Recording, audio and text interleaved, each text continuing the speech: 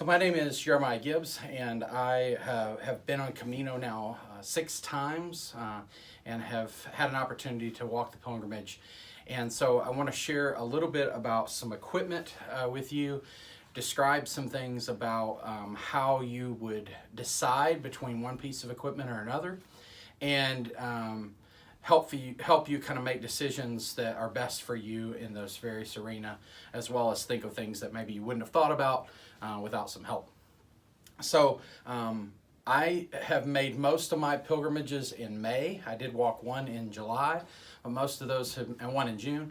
But 4 of my pilgrimages have been in May, and so most of what I'm going to talk about is actually in preparation for a May pilgrimage, because that's what I normally take my students on. That's the primary purpose of this video. So if you are going in June or July, then the biggest thing is that you're going to want to have more lightweight gear. You're still going to probably need a fleece and things like that, because there will be cold days even in June and July, or at least cold times, but you're going to need to focus more on the lightweight gear for your pants and things like that than if you're going in May. In May, temperatures can still be chilly at times. So I'm just going to start by going through some of the equipment, certainly starting with the 2 most critical pieces, which are the backpack and the shoes. Much of the rest of this equipment, if you make a mistake, you'll just fix it either by buying another piece of equipment or just sort of making do with what you have. If you buy the wrong backpack or you buy the wrong shoes, the consequences of that are quite a bit higher because of what it does to your own comfort and sometimes even your ability to be able to finish Camino. So the first thing that I'll talk about is the backpack. The most important things in a backpack. This backpack's actually quite a bit larger than most people will use on Camino, but I use this for other purposes as well, which is why I bought a larger backpack. But the most important things about any backpack, and you can usually people are going to choose a backpack between 30 and 40 liters. That's the volume of capacity that holds inside the backpack. Between 30 and 40 liters is usually enough for Camino. If you buy a larger backpack, you just have to be careful not to fill it, because this could weigh a lot if I filled it all the way up, because it's a really large one. A few things that you're going to be looking for, not just a pack that holds between 30 and 40 liters, but you're also going to need to make sure that it is a pack that has a substantial waist belt. This is a really substantial waist belt, but that waist belt is going to be the thing that carries the weight of your pack, and so you do not want to have the weight of that pack on your shoulders throughout the journey. You want to have the weight of the pack on your hip belt. And so you need a pack that has a good substantial hip belt, not just some little tiny strap, but something that's got a good amount of weight to it. Many backpacks have an adjustable torso length. This one you can see actually goes from quite small to quite large. Some of them will have a range, like Osprey packs will be like a small medium or a medium large or something. But you'll that length, the torso length, is the most critical component to backpack selection. That is a distance between the top vertebrae of your back down to just above your hips, and that's the measure that you're going to use to get your torso length. If you have any questions about that, I highly recommend it being fitted for a backpack by somebody that knows what they're doing at one of the major retailers that has actual staff that know what they're doing. Other than that, there's lots of differences. Like this one has a side opening on the pack into the main compartment. I really like that. I really like ones that have a sleeping bag pouch at the bottom. It gives you access to other parts of the pack without having to always go through everything through the top. But those are different features that you can search on your own and decide on. Many backpacks now will come with the rain cover attached, and when you're pricing them, it might be important to look at that, because the rain cover is going to be another 20 or 30 bucks maybe. So you may want to pay attention to whether the pack comes with a rain cover when you decide. That may help you decide on one pack or another. If you're going to have to buy an additional rain cover, then that will cost you a little bit more. Otherwise, lots of variances on the pack, lots of different features to look out for, but the main thing is it needs to have a belt and it needs to fit your torso length, because that's the most critical dimension on your backpack. And again, usually you would want somewhere between 30 and 40 liters of volume. Now I've got a couple of different shoes. Got a couple of different shoes that I want to show you as possibilities. Most people that walk Camino do not walk in big hiking boots. Hiking boots are heavy and we go long distances. In fact, many thru hikers these days don't even wear big heavy boots. Most of them are wearing one of two kinds of shoes. One possibility is called a trail runner, and you'll see that this is really just a tennis shoe with an aggressive cleat on the bottom. So trail runners are pretty easy to identify. I really like the Salomon brand because of the speed lace. The speed lace seems to help people not blister. Salomon are also really have really great ventilation, which we'll talk about why that's important in just a second. But I really like the Salomon brand. I've owned a few different shoes, but trail runners are my shoe of choice because I think the lighter the shoe, the better. Some people, and I have worn these before, some people may choose a shoe like this, which is called a hiking shoe. When you go to sort of the websites or talk to an expert, these will be referred to as hiking shoes. And then you can see that the top construction is similar to a tennis shoe. But the difference is that the bottom construction on a hiking shoe is more like a hiking boot. So this has a Vibram sole, and that Vibram sole is going to be a lot stiffer than like a tennis shoe, running shoe, trail runner.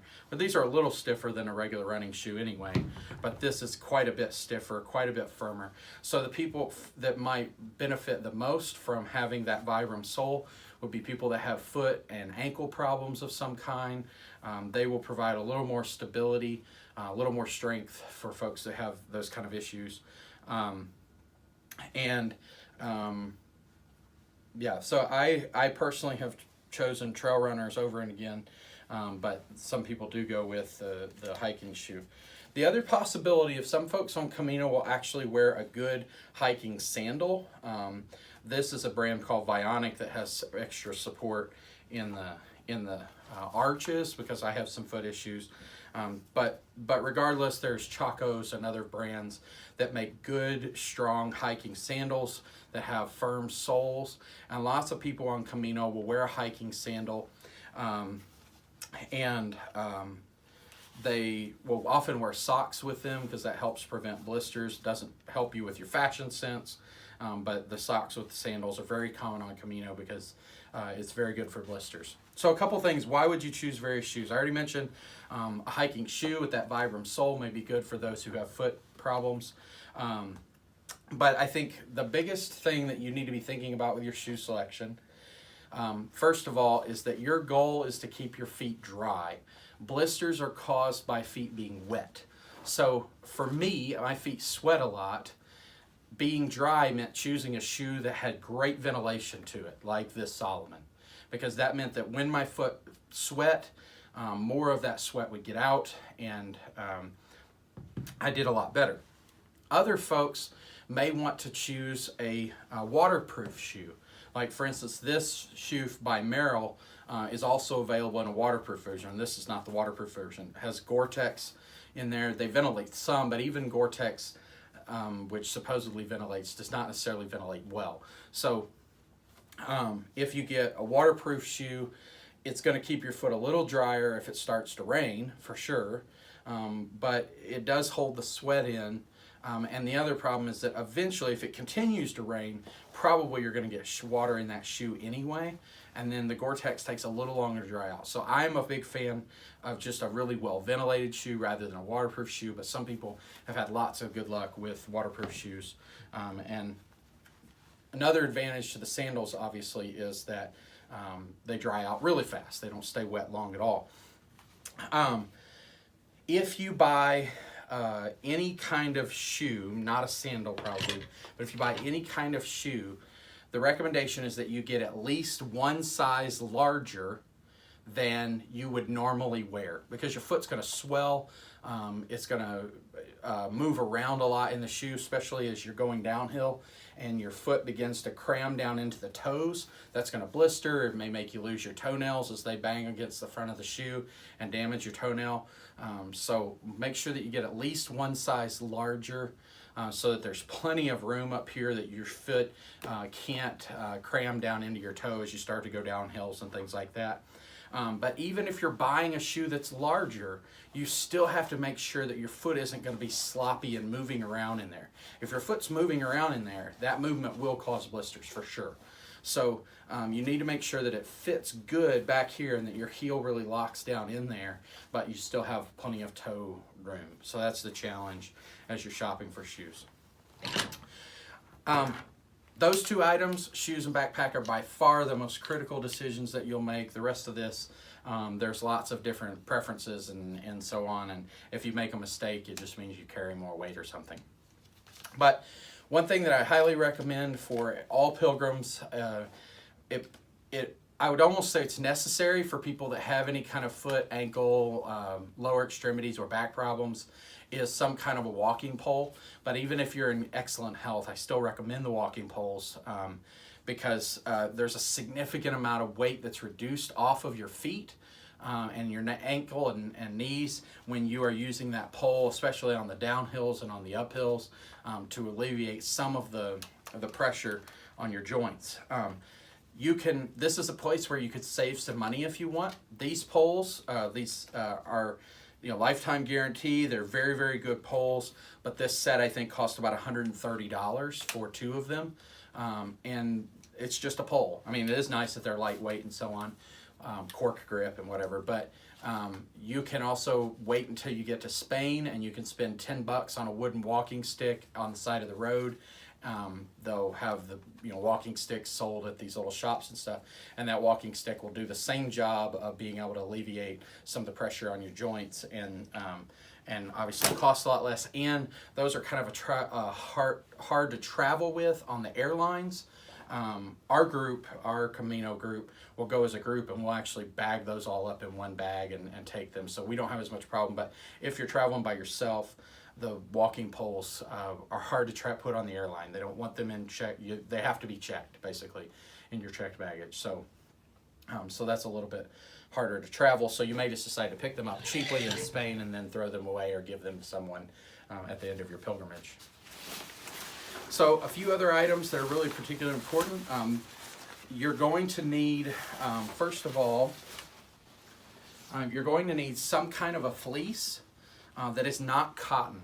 So wool or synthetic is highly recommended for some kind of a fleece. I really like this one because it's kind of water resistant. This is the Under Armour Storm, which is water resistant, and I like that. But regardless, some kind of a light fleece jacket. This is really nice for in the afternoons or in the evenings. It starts to cool off, being able to sit around and sit outside on the sidewalk with friends, and not get cold in the evenings, but also in the mornings when you're walking and so on. And if you were to have a really cold day, you would put your fleece on with your rain jacket over the top of it, and that provides a lot of warmth if we're having a really cold day. So those two things together, a fleece and a rain jacket, is usually all that you'll ever need to be able to stay warm on the Camino, even if temperatures dip down into the 30s Fahrenheit, which I've seen frequently on Camino. So not much more to say about a fleece. Important thing with this item and all of your clothing items is that they are not cotton, that they are most likely going to be wool, or they're going to be synthetic materials, because those are going to dry fast. You're going to be getting this stuff wet from sweat, wet from washing and either hand drying or hand washing or washing in a washing machine. It's not going to get dry fast, and so you need things that can dry frequently, because you're going to have the same set of clothes that you wear over and over again. So same thing, I started to talk about the rain gear. For me, I have come to the conclusion that I am fine with just a rain jacket like this and then the rain cover for my pack. That does mean, though, that when I walk in the rain, my legs are quite wet, quite cold, if it's cold out. I happen to be pretty tolerant for being cold, so that's fine for me, but I do recommend, for most people, though, you are going to want to have a rain jacket and also rain pants. Or you may choose to do a poncho instead, and the poncho is pretty easy to put on. It will cover down most of your legs if you get a large one. Some of them some ponchos are designed to go over the backpack, keep your backpack dry and your body dry. The only thing with ponchos is that they're pretty awkward working with them, being inside of them, and so some people really don't like them. I really like a really light rain jacket like this, a packable rain jacket, because even if it's not raining, it's a nice jacket just to stay warm. It helps kind of as a windbreaker.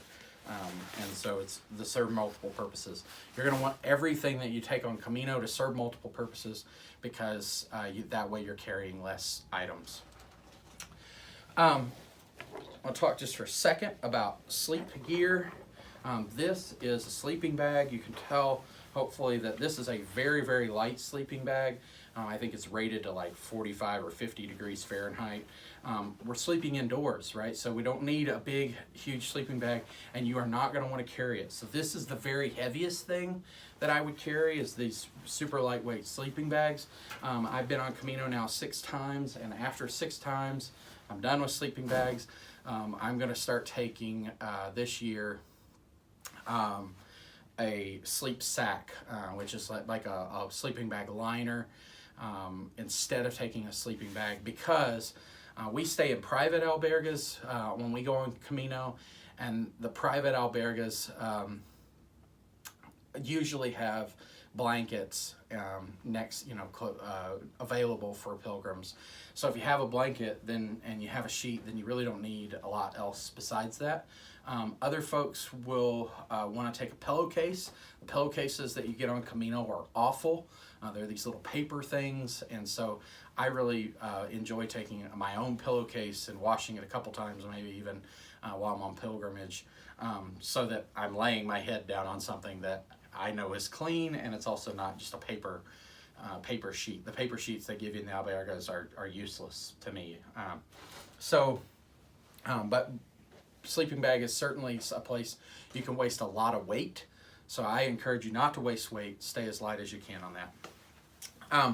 For a towel, you also are going to want to have a quick dry towel. There's camping towels or various kinds of these that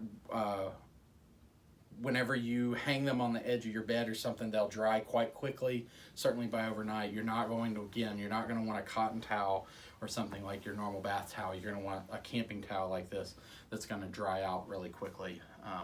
And I really like mine to be huge, because then I can use it for modesty and so on in showers. Another really important clothing item, maybe one of the most important clothing items, is your socks. Whatever you do not want cotton socks. There are a couple of choices on that. One would be a wool sock. That's certainly my preference. They're naturally antimicrobial. They ventilate well. They wick sweat away quite naturally. They last a long time, so I really like 100% wool socks.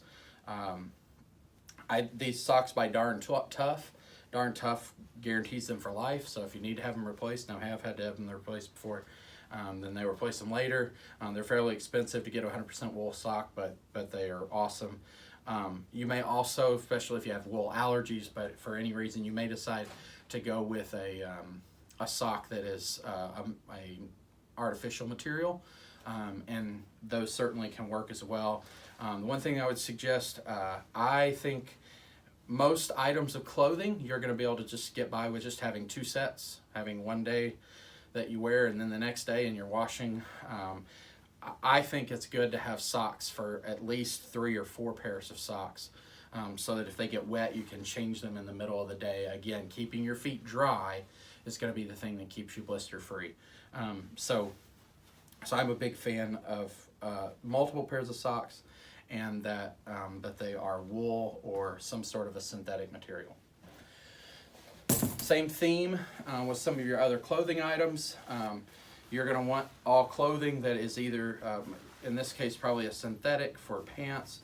These pants have the zip-off legs. They're convertible, so I can wear them as either a short or a pant. I wear mostly as shorts while I'm on Camino. They're really lightweight. They dry quickly. They keep the sun off of you without making you hot, which I think is really important. A lot of women on Camino will wear various like runner's tights or running shorts or something like that.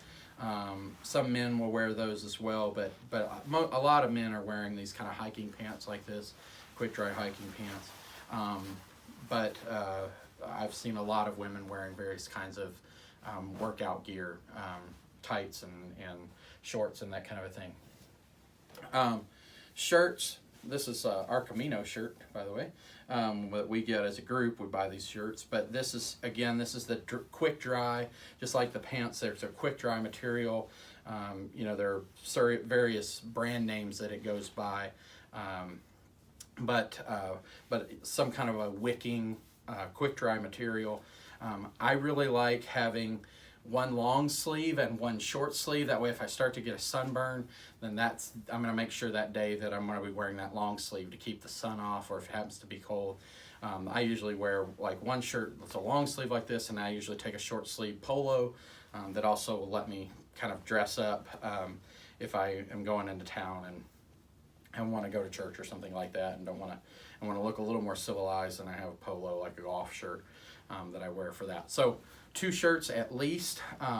I will say that in my case, I actually bring 3 shirts, 3 pants, 3 underwear, everything in threes, because for me, it's a great luxury to not have to do laundry every night, to be able to skip a night every so often. And so having 3 allows me to skip nights of doing laundry, because you feel like you do a lot of laundry in Camino. So you may decide to bring more than 2 outfits, but just remember that you're going to carry that. And so it's better to keep your weight down, and you don't need more than one change of clothing. Some folks, I've noticed a lot of women will bring like a really light t-shirt dress or something like that they might wear in the afternoons while their clothing is in the laundry or that kind of a thing. And so that could be a good choice too, to add a third set of clothing that you can wear in the afternoons and evenings between when you shower and when you go to bed. Speaking of when you go to bed, you may choose to bring some kind of a sleepwear. I think most pilgrims that I have seen will sleep in their hiking clothes. They'll change into the hiking clothes for the next day that are clean, and just wear their clean hiking clothes to bed. That also means that if you do start to get cold, you can put on your fleece or something like that, and that's another way to stay warm, even if it's fairly chilly in an albergue. Sometimes they don't turn up the heat and keep them warm. Excuse me. So a few other items. Those are all the clothing items that I recommend. A few other items that I think can be really important. For water, I don't recommend you get some big Camelback or some giant water bottle. Plan to carry a lot of water, at least on Camino Frances. When we're there, water often is available every 5 miles or so. There'll be a water fountain, 4 miles sometimes. And so for a water bottle that holds, I think this holds 3/4 of a liter. That is plenty of water for most days. And then if there's some section where it's going to be really dry or hot or long before water, then I might grab a Dasani bottle, or like just a regular disposable water bottle or something that day. But you don't need a lot of water because when you stop at a water fountain, you're going to drink as much as you can and then fill it back up and then go on walking, and you've quenched your thirst and you're carrying some water. A lot of people, remember, water weighs 8 pounds per gallon, so every little drop of water adds weight to your pack, and that's a great way to keep your weight down as long as you're safe and make sure that you have enough water to get through the day. A few other sort of odds and ends items. I really recommend some kind of a thin glove for May. When you get up in the mountains, sometimes your hands can get quite cold. Even while your body is generating heat and staying warm, your hands may still be quite cold. This is a buff. A lot of folks will wear these to keep their sun off their neck, to keep their hair back for women, and things like that. Sometimes just as you keep the sun off your neck. Also, lots of folks will wear some sort of a wide brim hat to keep the sun off, because you are going to be out there for lots of hours. It's nice to have some kind of a pocket knife, although you got to remember with pocket knives that they are a problem to check in. Sometimes I have just bought a cheap pocket knife in Spain when I arrive. That way I don't have to check this into because I really recommend not checking your backpack on the way to your pilgrimage, because if they lose your luggage, they lose your backpack, you're not going to be able to start Camino. And if you keep that with you, then you can at least make sure you can start Camino on time. Sunglasses are also important. Although I will say that on the Camino, you're walking away from the sun in the morning, so you're not usually walking into the sun, so maybe sunglasses are not critical, but in the evenings or in the afternoons, sometimes you will begin to walk into the sun as the sun comes over as we're going westward. Flashlight can be helpful. This particular flashlight's really awesome because I have a small beam, but it also is a charger for a phone or any kind of device. So you plug in and use the battery, that you recharge the battery, and then that gives you your flashlight, but the battery also is a spare battery for your phone, so you can charge off of it if your phone goes dead. Because I'm leading groups, I use my phone a lot, so I actually use 2 spare batteries, and these can be really convenient if your phone is going to die during the middle of the day. Speaking of, I'll talk a little bit about electronics. If you decide to take a phone to Spain, certainly you can get on Wi-Fi frequently in the hostels and in the bars. Wi-Fi is available in most places that you'll stop along Camino Frances, at least. I don't know about some of the other pilgrimage routes, but on Camino Frances, the Wi-Fi is readily available. That can allow you, of course, to use apps to make phone calls and Skype and things like that. You can choose to get a prepaid SIM card in Spain if you need to be able to use data.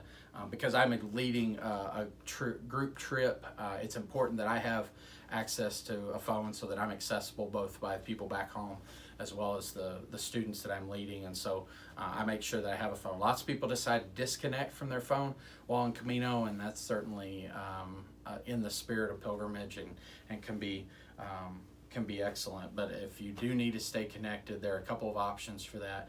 Make sure if you're going to get a SIM card in Spain that you have your device unlocked, the SIM card slot unlocked before you leave. You're usually not going to be able to do it once you get there. So a few other things that I would recommend. You'll see these kind of bags. I really like these bags. You're not going to want to keep everything in Ziplocs. Ziplocs, you should take some Ziplocs for waterproofing your passport and things like that as you carry them. I would take several Ziplocs, but these Ziplocs are really loud for storage, and these bags are a lot quieter, so these little lightweight sort of storage bags are excellent for keeping different kits together. So this one has my Blister Care things, Compeed, which is a Blister Care item, Band-Aids, moleskin. So this is all for Blister Care. And I've got some instructions on I would recommend that you research Blister Care on your own, because you're going to need some items to be able to take care of blisters and first aid there. I also want to show you just briefly for hygiene products. I have sunblock and lip balm, a single razor for shaving. I don't shave very often on Camino, but a fold-up toothbrush. There's small toothpaste in there. Deodorant. I will say your deodorant and also your feminine products. Most things you can get in Spain just fine, but if your deodorant and feminine products are things there are not a lot of choices in Spain. So I would recommend making sure that you have enough of those 2 items to last through the entire pilgrimage. Your shampoo and so on, you may decide to just bring a small bottle like this, and even if you have to refill it while you're there with some other kind of shampoo or something, then you're fine. In my case, I really like taking a 2-in-1 wash that's both a body wash and a hair wash, shampoo, and that allows me to just take 1 soap.